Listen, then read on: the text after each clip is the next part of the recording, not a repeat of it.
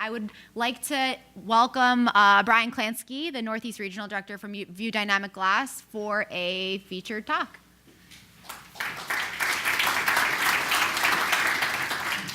Thanks. This is easy. Everything Ryan just said is correct. So tip your waiter. Really good meeting you all.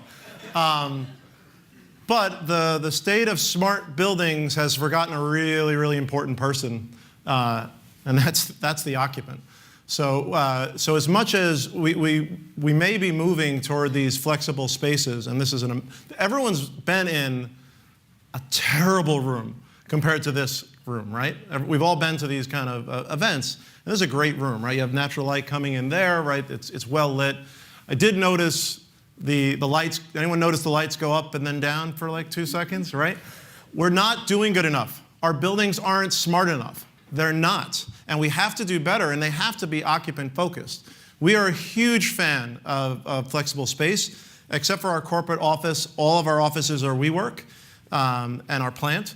And we love it. We run around the city at different WeWorks. It's amazing. However, our first building, our first commercial building got completed a little while in Williamsburg, the first tenant was a refugee from WeWork.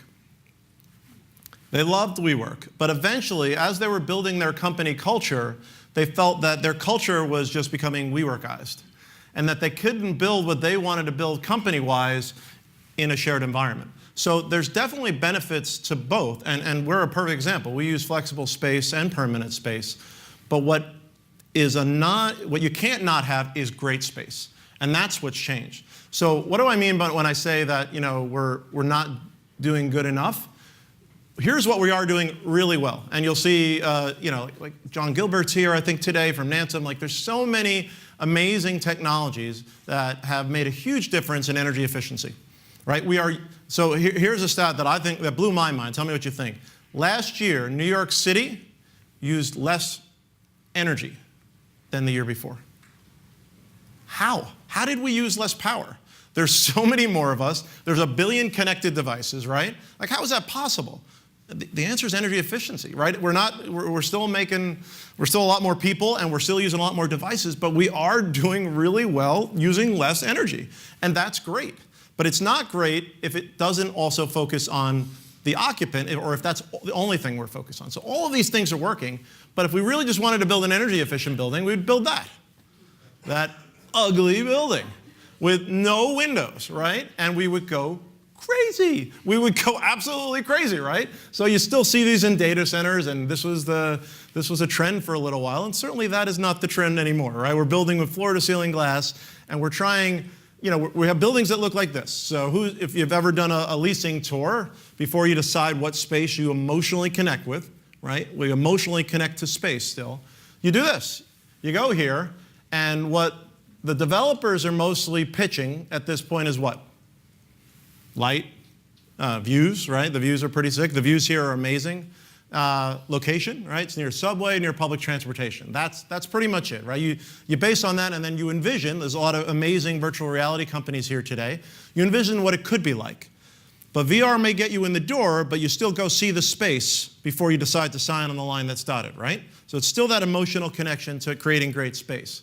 So then you work it out. You negotiate with your landlord. If you're a Fortune 1000, you build it yourself, but you get some renderings and you say, this is what it's going to look like.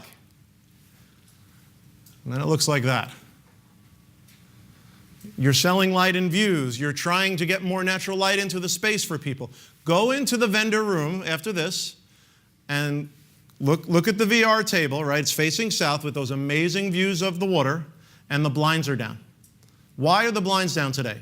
Anyone hazard a guess? I'm sorry? No, blinds don't help with heat, but good try.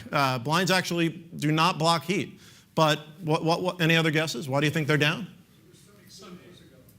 It was sunny 2 days ago, and it's south. So we are humans, and that means if we don't get this building automation, Internet of Things, smart buildings right, we are lazy. and we leave the blinds down. So now, instead of having daylight and an amazing view of the water, everything that's good for our bodies, we're staring at blinds. So this is the reality of what's happening because we're not occupant focused enough. So let's talk about some examples.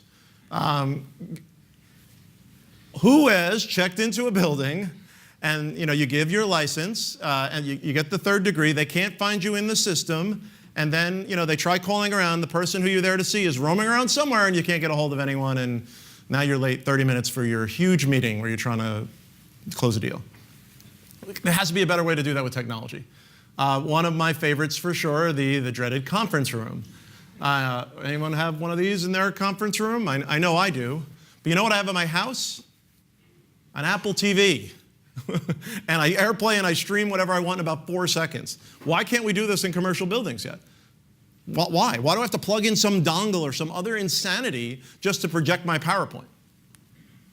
And then our favorite, personally at View, is temperature, right? It's hot in the edges. It's cool in the middle. There's space heaters. There's personal air conditioning units.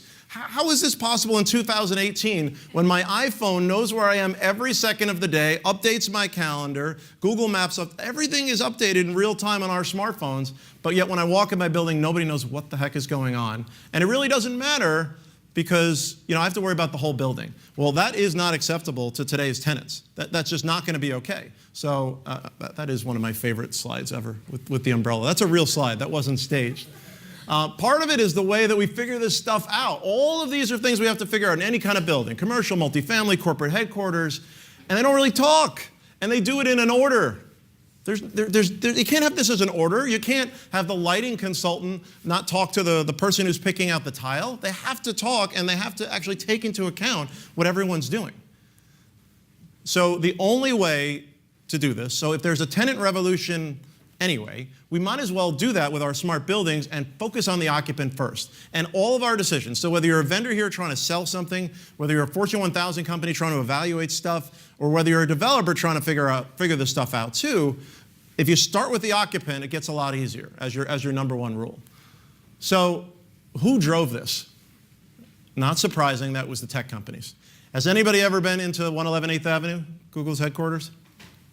Now, remote workers everybody was going to work from home years ago. I like working from home now and then. Then we had those big campuses where everyone was going to drive just to one place. Now we have flexible space. But everyone kind of noticed that the biggest companies in the world didn't telework, right? There were no teleworkers at Google, at Facebook, at Netflix, at all these companies. And the reason was collaboration happens best in person. Right? So they created a great experience for their employees, and not because they were nice guys, right? They did it to make sure they'd work 20 hours a day, right? So whether it's food or daycare or anything else, they create great space for the employees to work so they would want to keep working as hard as possible for Google. And this isn't stopping, right? So, and you can use a flexible workspace as an environment. IBM just hired WeWork as an example, but it's completely gone crazy, right? Every company is now thinking about the quality of the space that they're buying. Whether it's permanent space or flexible space, it has to be great space. Whether it's permanent space or temporary space, it has to be great no matter what. And the people who are evaluating this are different. The head of HR is walking in, right? It used to be the head of construction or the facilities manager, maybe IT when the internet took off and we had to figure out broadband. But now it's the head of HR talking about how are my people going to feel in this space? Do the chairs work? Right? Do the views work?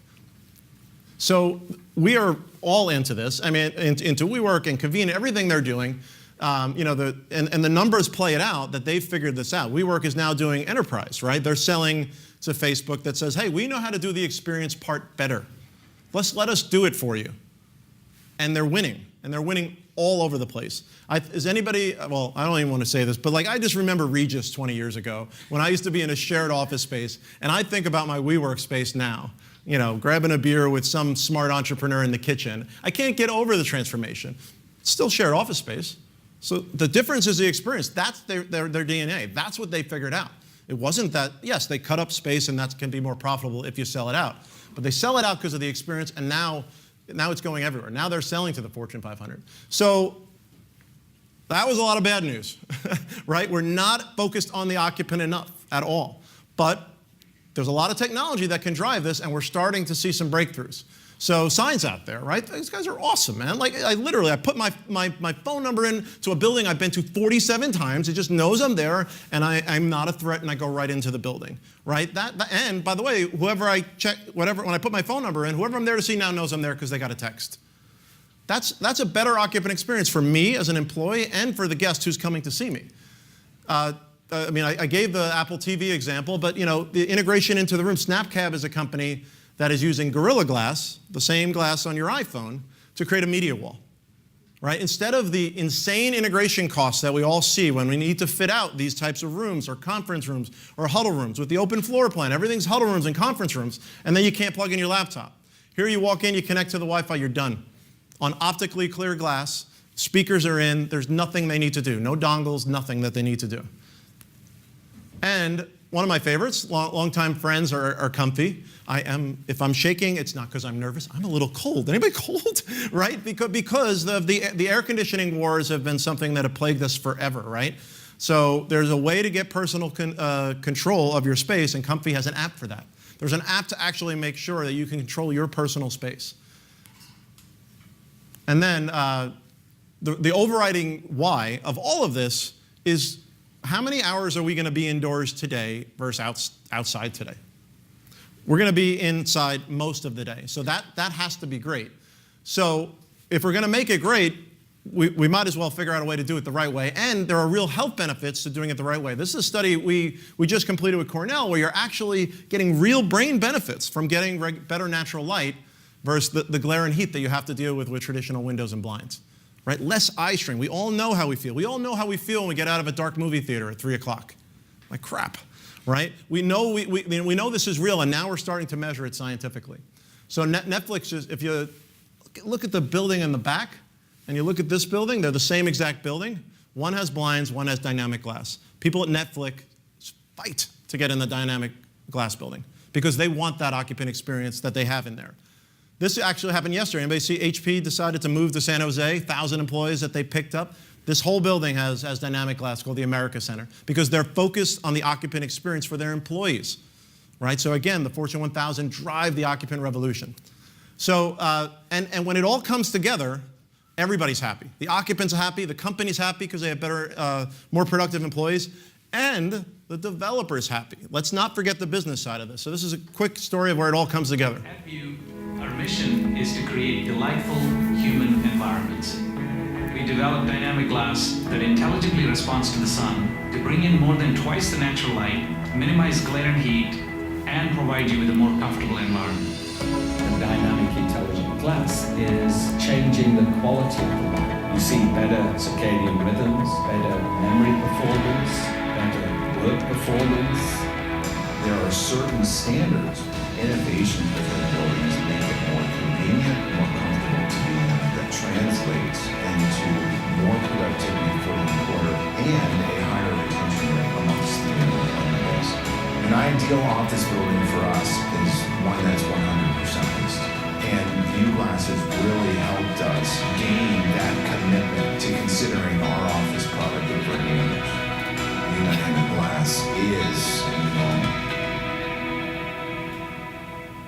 So it doesn't really matter what technology, right? As long as you stay focused on the occupant experience with your technology choices and really think, how is this going to affect the people in the building, we're going to be okay. And if you're a vendor here today, really think about that, because the thing that drove the green building revolution was that Rick Fedrizzi, USGBC, who's actually an advisor to us, made it a business case. You cannot go to an owner of a building or a Fortune 500 and just say, hey, save the planet, reduce carbon emissions, we should all do this. I'm a father of two, I want to do that too. And I've been in green building technology for 5 years. But that's not fair, right? You have to go to them with a business reason. So think about the business reason that your technology solves, not just money. Space is emotional. It's got to be something that is actually good for the people in the building. And I'll leave you with this. Nobody knew this better than a decent orator, a little better than me, this guy Churchill. I've always loved this quote, we shape our buildings, therefore they shape us. I actually love it even more when I heard this. Anyone know the story behind it? It's crazy. So at the end of World War II, one of the last bombs hit Parliament, blew up Parliament. And they were going to rebuild the building. And has anyone seen Parliament on CNBC? Or, I mean, it's insane, right? Like 1 million people yelling at each other when it's a very big issue. And they were going to rebuild it, and a lot of the people wanted private offices, and they wanted more personal space, and they wanted to actually kind of really change the feel of the building. And he fought it like crazy, because he knew sometimes density is a positive, that he knew the environment of 1,000 Britons fighting for a just cause, and it getting a little loud in there sometimes was okay sometimes.